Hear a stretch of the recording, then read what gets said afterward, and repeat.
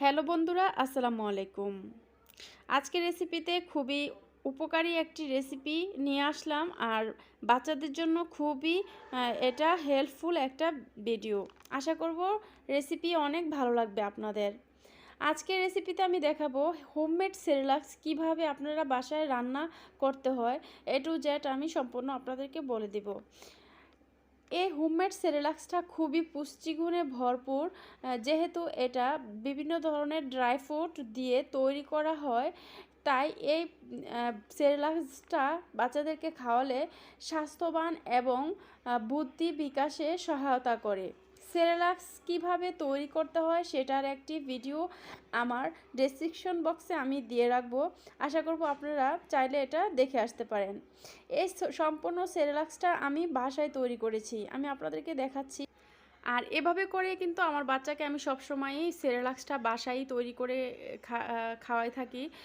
কারণ অনেকে আছে যে বাজারের কৌটার যে সেরেলাক্সটা, এটা আসলে কিন্তু কোনো পুষ্টি নেই, বরঞ্চ অনেক ব্যয়বহুল কিন্তু এটা কিনতে গেলে। আর বাসার যে সেরেলাক্সটা তৈরি করা হয় সেটা কিন্তু একেবারে পরিষ্কার করে নিজের হাতে বানানো।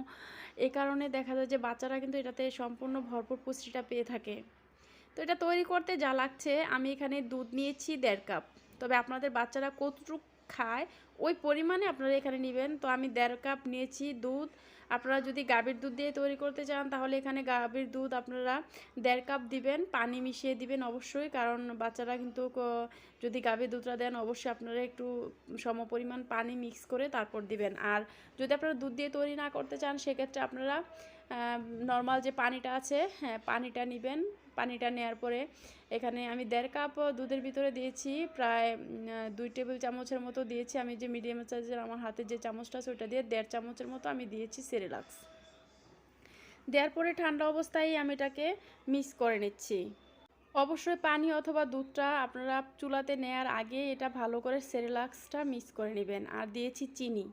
আপনারা যদি চান এখানে চিনির পরিবর্তে খাজুর ভিজিয়ে খাজুরটাকে একটু চেটকে দিতে পারেন বা তালমিষ্টি দিয়ে তৈরি করতে পারেন।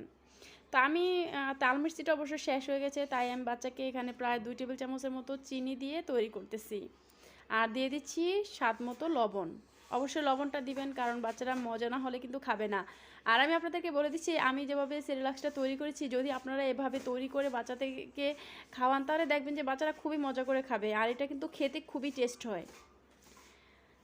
অনেক বাচ্চারা আছে বড় হয়ে গেছে, 4 থেকে 5 বছরও হয়ে গেছে, কিন্তু ভাত খেতে চায় না, বা ওরা যে পুষ্টি খাবারগুলো ওদের শরীরে প্রয়োজন ওইগুলো কিন্তু খেতে চায় না।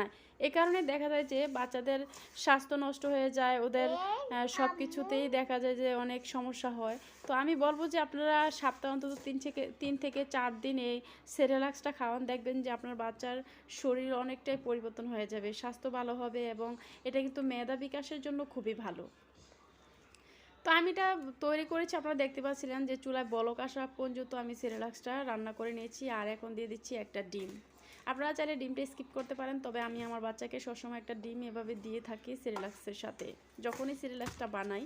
তো আমি একটা কাপের ভিতরে ডিমটা নিয়ে ভালো করে একটা কাঁটা চামচের সাহায্যে ফাটিয়ে নিয়েছি।